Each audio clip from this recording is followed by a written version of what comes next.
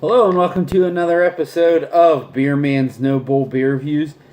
Today I have another beer from Resident Culture Brewing out of Charlotte, North Carolina. This beer is called Industrial Lipstick. I don't know if that is a play on like testing cosmetics on animals because that kind of looks like a weird monkey face. I don't know.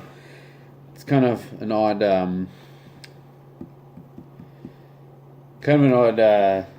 label, but anyways, it says Kettle Sour Ale, which I think is interesting. I talked to the guys there, and they said this is actually the same base as their other ones that they called Berliner Weiss, but for some reason I guess, people were upset by the way they were making them, and they weren't like true Berliner Weisses, so they changed it to Kettle Sour. Regardless, it's still the same beer, the same base beer.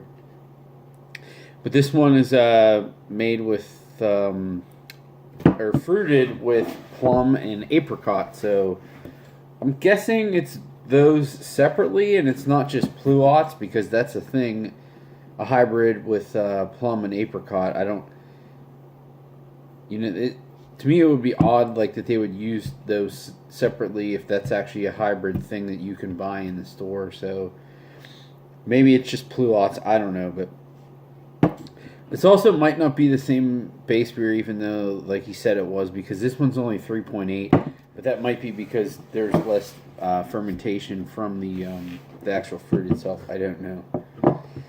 But anyways, let's crack this open and see what we got.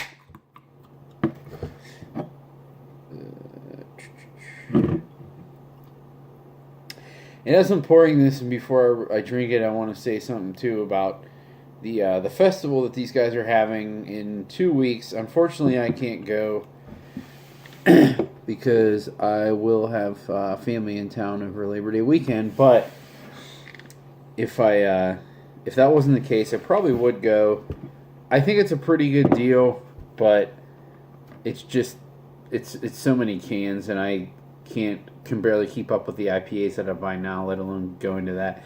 But what it is a festival. It's called Can Jam or something for their first anniversary, and it's like a 3 or 4 hour beer festival. I can't remember.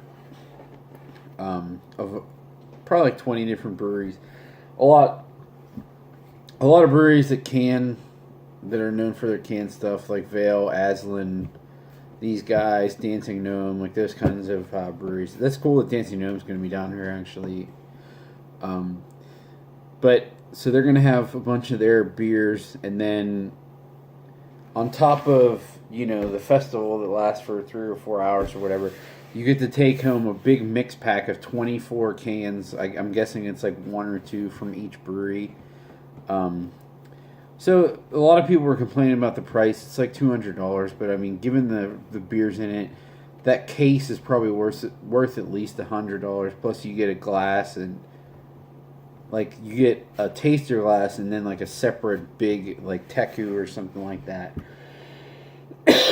1 or 2 other things. So, and obviously there's some cost to bring all those things together too. So I didn't think there was anything wrong with the price, but I thought it was a pretty unique idea.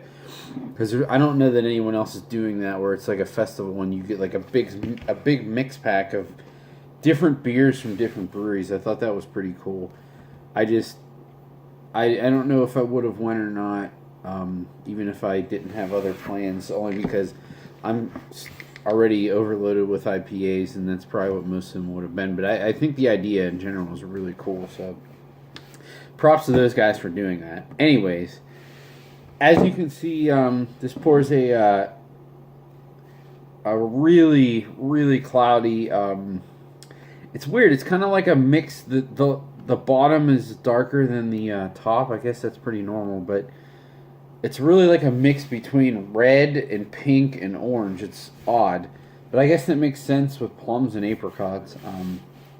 It had like a small white head that has since faded away, but I mean, it does look like the juice of probably a pluot would look like.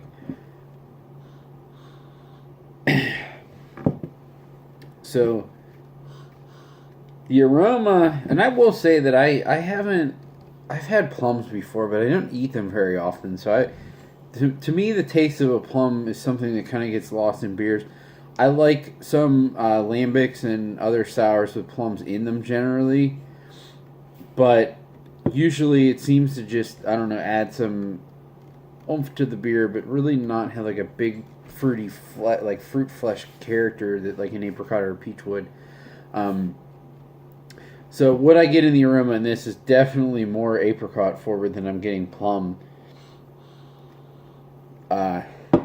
It is loaded with apricot, though. I mean, if you told me that this was... I know this is probably going out on a limb, but if you told me that this was, like... Just seeing the apricot level of this, it's... To me, it's like foo foam, but without the true lambic funk, like...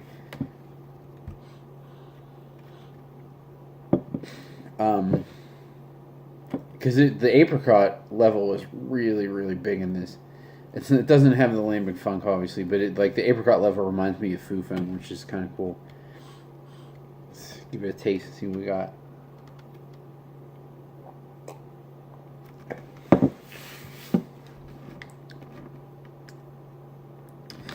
So that's interesting because,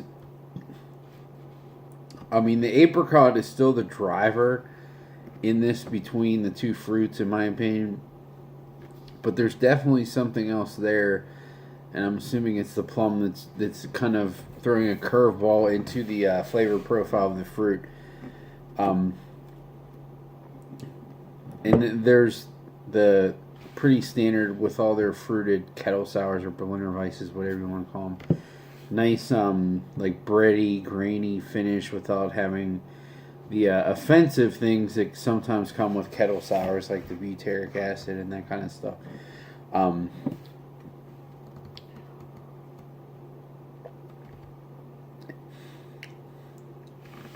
You know, there's nothing wrong with doing kettle sours if they're done right, but unfortunately, a lot of them are not.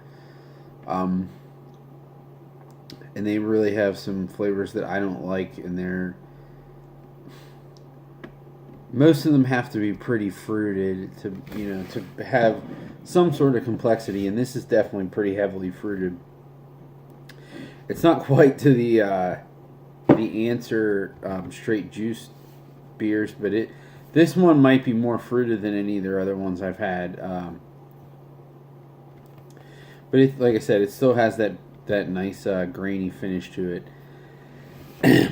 But I can't remember how much. I'm trying to think. I think this was like 16, so you know, $4 a can. And some people might scoff at that because it's 3.8%. I don't care about alcohol at all. I just care about the taste, and for what it is and what it's supposed to be, it's really, really good.